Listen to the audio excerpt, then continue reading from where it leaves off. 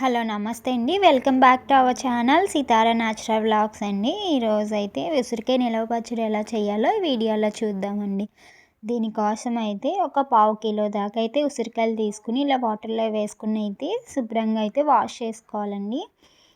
మట్టి కానీ ఏమీ లేకుండా అయితే నీట్గా అయితే క్లీన్ చేసుకుని ఇలా ఒక చిల్లుల దాంట్లో అయితే వేసుకుంటే ఏమైనా వాటర్ ఉంటే అవంతా అయితే డ్రై అయిపోతాయండి.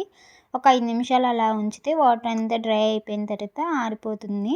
ఇప్పుడు వాటిని అయితే ఇలా క్లాత్ పెట్టుకుని అయితే నీట్గా అయితే మొత్తం ఉసిరికాయలన్నిటిని అయితే క్లీన్ చేసుకోవాలండి. క్లీన్ చేసుకున్న ఉసిరికాయలను అయితే ఒక గంట వరకు అయితే ఫ్యాన్ గాలిలో కానీ లేదు అంటే నీడలో కానీ ఎండబెట్టుకుంటే కనుక తడి ఏదైనా ఉంటే పోతుందండి. తర్వాత అయితే ఉసిరికాయలని ఇలా గీతలున్న చోట అయితే ఇలా ఘాట్లు పెట్టుకుంటే కనుక మనం ఫ్రై చేసినప్పుడు అయితే అన్ని వైపులా ఫ్రై అవ్వడానికి ఉంటాయండి. అలా మొత్తం ఉసిరికాయలన్నిటిని అయితే ఇలా ఘాట్లు పెట్టుకోవాలి. కొన్ని ఉసిరికాయలకి ఏంటంటే ఇలా మచ్చల కింద వచ్చేస్తాయండి. అప్పుడు ఆ పైన మచ్చలా ఉన్నదంతా మనం తీసేసుకుని అయితే వాడుకోవచ్చండి. ఏమి పాడవ్వవు అవి. అలా మొత్తం ఉసిరికాయలన్నిటికీ ఘాటు పెట్టేసుకోవాలి. ఇప్పుడైతే ఒక గిన్నె స్టవ్ ఆన్ చేసి ఒక గిన్నె పెట్టుకొని అందులో ఒక అర గ్లాస్ అయితే వాటర్ పోసుకొని ఒక 2 కాడలు అయితే చింతపండు వేసుకుని అయితే కొంతసేపు మరగనివ్వాలండి. దాన్ని అయితే ఇలా రసం తీసుకుని అయితే మనం ఒక వడబోసుకుంటే కనుక రసం వస్తుందండి తుక్కేమీ లేకుండా. దాన్ని అయితే మళ్ళీ స్టవ్ ఆన్ చేసుకుని అయితే ఆ గిన్నెలోనే పోసుకుని అందులో ఒక 1 స్పూన్ అయితే ఆయిల్ యాడ్ చేసుకుని అయితే దగ్గర పడేంత వరకు అయితే మనం కలుపుకుంటూ అయితే గుజ్జులా ఉడికించుకోవాలండి. దాన్ని పక్కన పెట్టుకుని అయితే ఒక ప్యాన్లో ఒక స్పూన్ ఆవాలు ఇంకా ఒక స్పూన్ కన్నా తక్కువ అయితే మెంతులు తీసుకుని ఫ్రై చేసుకుని చల్లారిన తర్వాత అయితే మిక్సీ పట్టుకోవాలండి పౌడర్ కింద.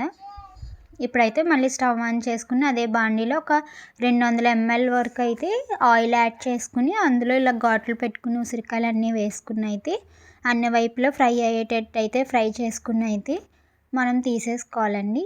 మనకి తెలుస్తుంది ఉసిరికాయ కొంచెం మెత్తబడుతుందండి. అప్పుడైతే ఉసిరికాయలన్నీ అయితే ఓ ప్లేట్లోకి తీసేసుకోవాలి.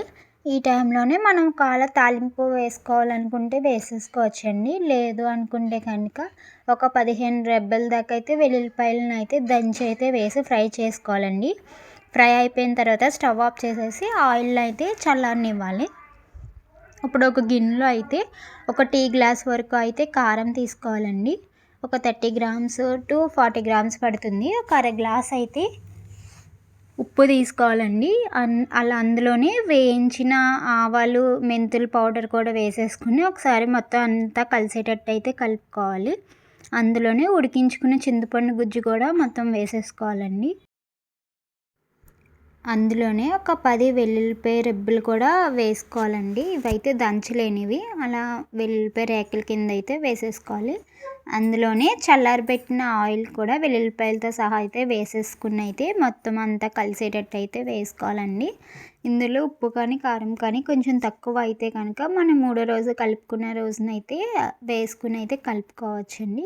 ముందుగానే కొంచెం తక్కువగా వేసుకుంటే ఎక్కువ అవ్వకుండా ఉంటుందండి.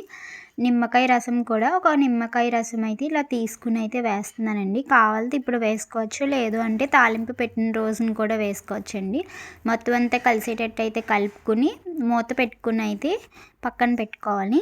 మూడో రోజున అయితే ఇలా తాలింపు పెట్టుకోవాలండి. దీనికోసం అయితే కొంచెం ఆయిల్ వేసుకుని ఒక అర స్పూన్ ఆవాలు ఒక అర స్పూన్ జీలకర్ర వేసుకుని కొంచెం కరివేపాకు వేసి మొత్తం ఫ్రై అయ్యేంత వరకు అయితే ఫ్రై చేసుకోవాలండి. ఈ మూడో రోజుకి అయితే పచ్చడి ఇలా తయారై ఉంటుందండి. ఈ స్టేజ్లోనే మనకి కావాల్సిన కారం ఉప్పు అంతా చెక్ చేసుకుని ఏదైనా సరిపోతే వేసుకోవచ్చండి. అందులోని తాలింపు కూడా వేసేసుకుని మొత్తం అంతా కలిసేటట్టు అయితే కలుపుకొని ఒక గాజు సీసాలో అయితే నీట్గా క్లీన్ చేసుకుని ఒక గాజు సీసాలో అయితే వేసుకోవాలండి. తడి అయితే ఏమీ లేకుండా చూసుకోవాలి.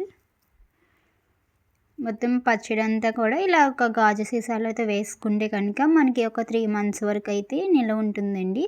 ఆ తర్వాత కూడా ఉంటుంది కానీ అంత టేస్ట్ అయితే కొంచెం రైస్ వేసుకుని అయితే ఇలా కలుపుకొని తింటున్నామండి. అన్నీ అయితే చక్కగా అయితే సరిపోయినాయి.